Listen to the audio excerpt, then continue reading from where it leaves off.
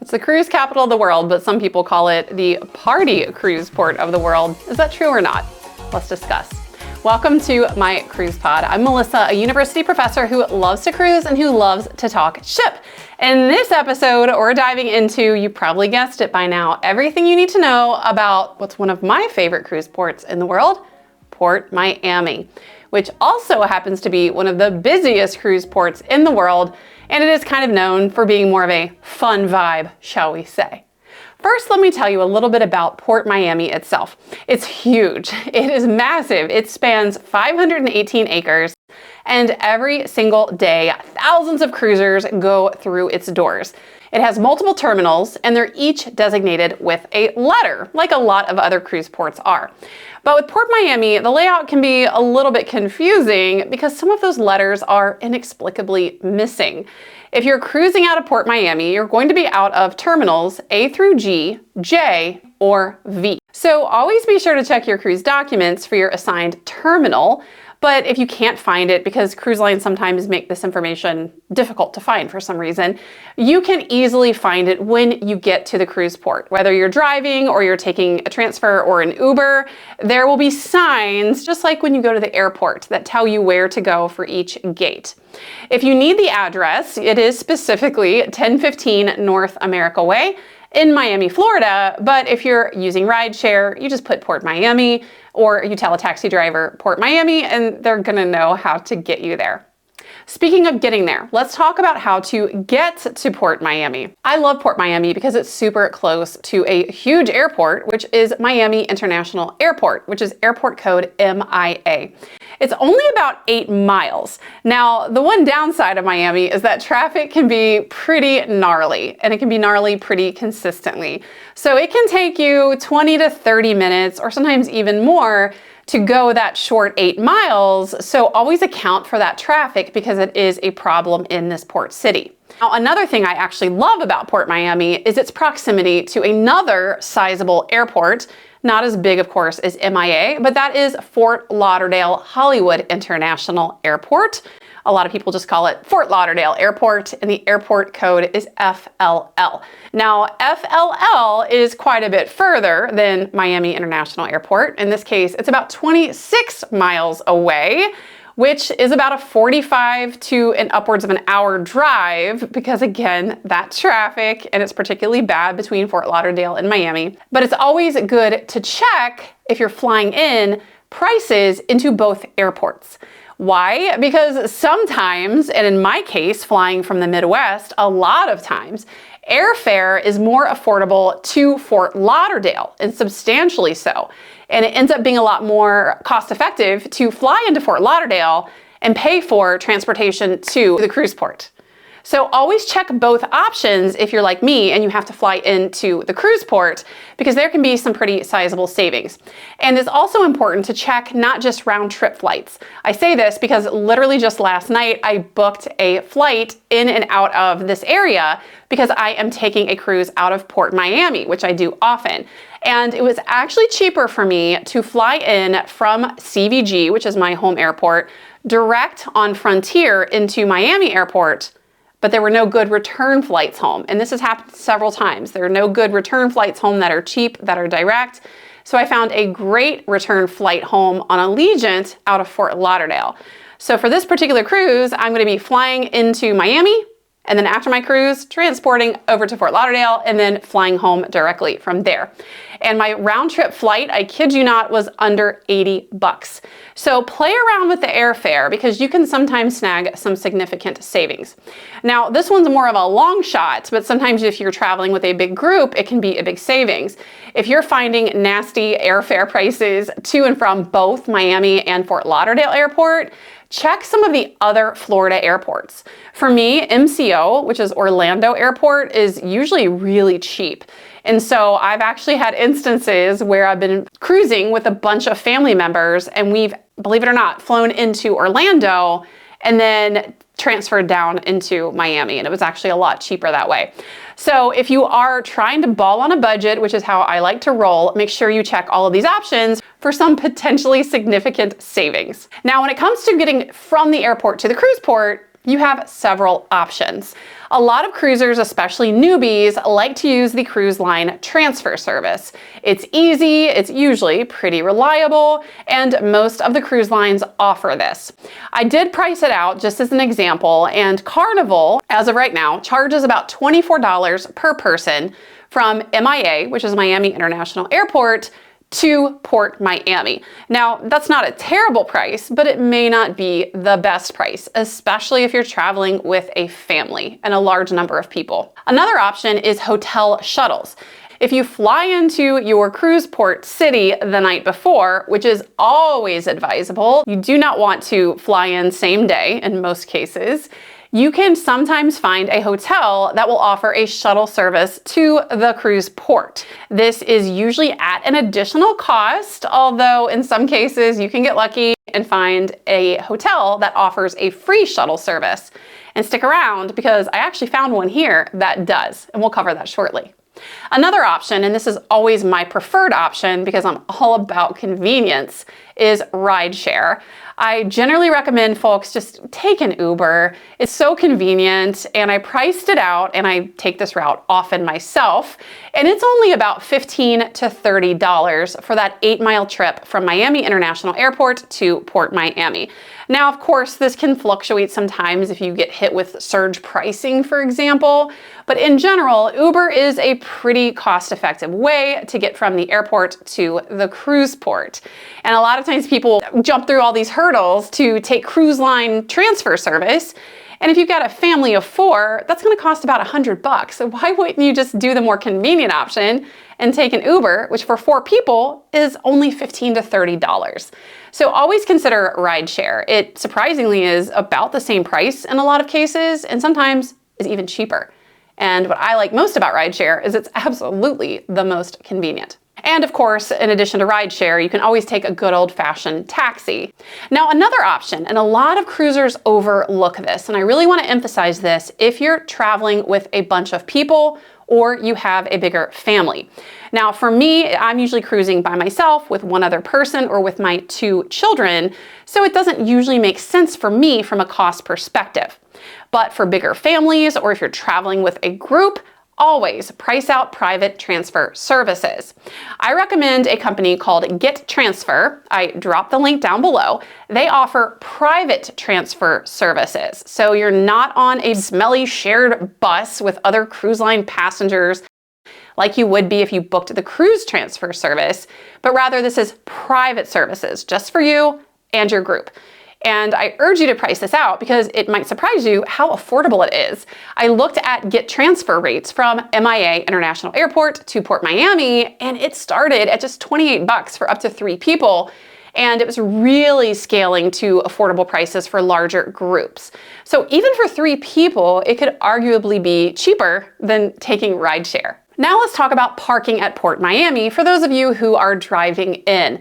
Port Miami has a ton of parking options. You don't have to worry about finding parking here. There are multi-level garages and there are surface lots on the port's north side for most of the terminals. But it is important to note that if you're departing from terminals J or K, you want to park on the south side. On-site parking costs about $22 per day, and you can always go to the Port Miami website, which I will link below for complete details and up-to-date pricing when it comes to parking. Now, if you're a budget-conscious cruiser, some hotels nearby offer what are called park and stay packages, which include transportation to the port and some parking options sometimes. There are also off-site parking options that provide shuttle service to the port, and these are available at a lower rate, of course, generally about $10 to $18 per day. And you can use a company like Airport Parking Reservations to book that, and it'll save you anywhere from $5 to $10 per day, but you don't have that convenience of parking right by the cruise port. You have to shuttle in. But if you don't mind shuttling in and back, it's a great option to save money. Now, let's talk hotels. Now, I will level with you. Most hotels generally, they're more or less the same of a certain class, right? So if you have insider access to some special hotel deals, pricing, or discounts, or if you're like me and you use hotel credit card points, honestly, just use those. Keep it simple, keep it cheap. But if you don't have these things and you don't want to dig through a million different hotel options, because Miami is a big city and that can get really overwhelming, I will share with you my top recommendations. Now, these are based both on my personal experiences for ones that I have stayed at, some of these multiple times, and for ones that I have not personally spent a night at. I scoured cruise forums diligently for you, did my homework, and I consolidated feedback and only include here the hotels that are consistently top rated and consistently top rated by cruisers. First, let's talk about the affordable Miami hotel options for cruisers. If you're staying in Miami the night before your cruise, you have a lot of great options, but I'm going to give you my top picks. And again, these are based on cruiser recommendations and my own personal experiences. First is Hampton Inn Miami Airport East. It's located at 349 Northwest 42nd Avenue. Now, I like this hotel because it has a lot of perks. It's kind of that mid-tier Hampton property. Now, there's a lot I like about this hotel because it has quite a few amenities. If you're flying in, it does provide free airport shuttle, so there's a savings there to get from the airport to the hotel. Most hotels now offer complimentary Wi-Fi, this one does as well, but they also include breakfast, which saves you a little bit of money. It does offer a shuttle to the cruise port, but it is at a cost of $12 per person, and it runs on a set schedule. So if you want to use the cruise port shuttle, you need to let the front desk know. But if you remember what I said earlier about the pricing in this area, it's going to be cheaper just to take an Uber unless you are a solo traveler. So solo travelers, if you're trying to save, take the cruise port shuttle. But if you're not a solo cruiser and you're sharing with at least just one other person, it's probably going to be cheaper just to take an Uber. My next recommendation is Hampton Inn Miami Airport South. Now don't get confused because this sounds a lot like the last one. This is the Blue Lagoon property. So again, this is the Hampton Inn Miami Airport South Blue Lagoon property located at 777 Northwest 57th Avenue. Now, similar to its sister property, it also offers free airport shuttle. So to get from the airport to the Hampton Inn, it doesn't cost you anything. They also include Wi-Fi and breakfast. They also offer a shuttle from the hotel property to the cruise port, but this is going to set you back $14 per person. So again, like with the first hotel, if you're cruising as a solo cruiser, this is your cheapest option. But if you're traveling with other folks or sharing transportation, it's probably cheaper to take an Uber. Now, what's interesting to note about this property, they also offer a park and sail rate. So if you are driving in and you need a place to park your car, you can use this bundled rate, which includes parking for up to 7 days. And if you book under that park and sail rate, it also provides shuttle service included at no extra cost to the cruise port for 2 people. So if you're driving in, this might be an attractive option for you to consider and to price out. Next is Comfort Suites Miami Airport North. Now, this is maybe a little bit of a class down from the first 2 properties, but still solid. It's clean, it's reliable, and it's consistently well rated. It's located at 657 Manola Drive, and it also includes free shuttle, and it also includes complimentary Wi-Fi and breakfast. Now, the standout feature here is it includes a free shuttle to the cruise port. This is very rare. I do a lot of port guides. I do a lot of research on hotels in cruise port departure cities, and a lot of them offer shuttle service. But as you just learned from the first 2 properties, they're almost always never free. But this one is. Now, you do have to book early because you have to schedule this with the front desk, and it is first come, first served basis, but it can save you a little bit of money. So it's great for budget conscious cruisers and also a pretty reliable hotel. And finally, DoubleTree by Hilton Miami. This is located at 711 Northwest 72nd Avenue. Now, this does not include a shuttle to the cruise port at all, free or paid, but the benefit of this hotel is that it is within walking distance of the Miami International Mall. I've stayed here, I really like this property, and they do offer a shuttle service within a 5-mile radius of the property, including to the mall if you don't want to walk. So it is a great option for people who like to shop or people who want something to do that's not an excursion or a beach day. the night before their cruise. Just something low key, right? Maybe some shopping and some dinner. So those are your affordable Miami hotel recommendations. Next, let's talk about the best Miami beach hotels before a cruise. Now, if you want to drop some coin and enjoy a beach day experience on the front end of your cruise, or the back end for that matter, here are my top recommendations. And I have stayed at them all, and they're all wonderful. Now, before proceeding, sticker shock warning, Miami beach hotels can be really expensive, especially during peak seasons. I also want to encourage you to avoid these and all Miami beach hotels in March and April, because this is spring break season. This is the time where young, rowdy, drunk kids flood Miami Beach, and it is not pleasant, unless you're into that, in which case, do you. But if you're like me and you're not really feeling that vibe, steer clear and just go with an affordable option or a hotel that's not on the beach. But here are my top 3 Miami Beach recommendations. First is the Andaz Miami Beach. This is located at 41 Collins Avenue. I like this hotel because it's a really unique, chic, retro glam vibe. And it has really awesome direct beach access. So there's like a little thoroughfare behind the pool area, and you just walk right across and bam, you're right there on beautiful Miami Beach. You couldn't be any closer. They also have really cutesy fun amenities, like they give out free popsicles and lemonade. They have nice pool areas and nice beach amenities.